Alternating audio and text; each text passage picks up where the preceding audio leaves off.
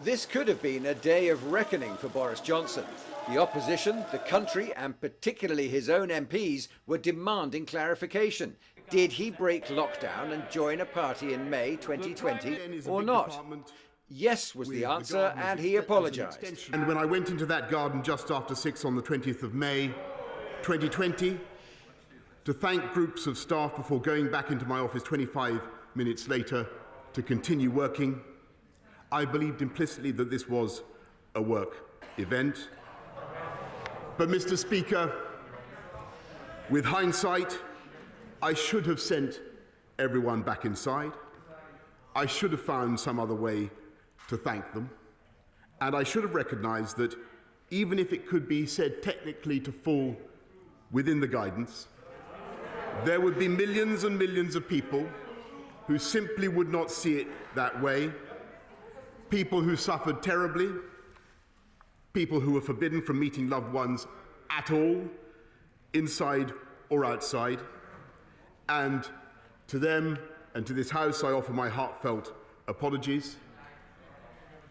And all I ask is that Sue Gray be allowed to complete her inquiry into that day and several others so that the full facts can be established. He's sorry because he's been caught. Many regard his deferral to the inquiry as an excuse. Certainly the Labour leader remained unimpressed. Well, there we have it. After months of deceit and deception, the pathetic spectacle of a man who's run out of road.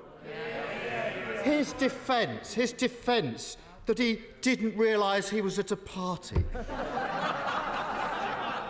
It is so ridiculous that it's actually offensive to the British public.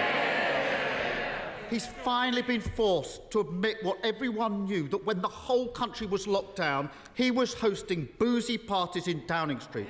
Yes. Is he now going to do the decent thing and resign? Crucially, beyond contrition, Mr Johnson indicated he felt his mistake was still a matter for debate. Much, perhaps most of Parliament was not happy. On London's streets, there was little support to be found.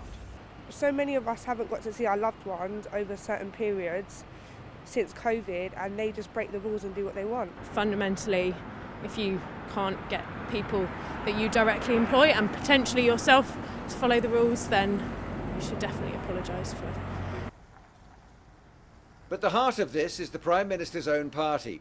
The recent internal atmosphere has been described as toxic. If enough backbenchers have bought the apology, then Johnson has bought more time.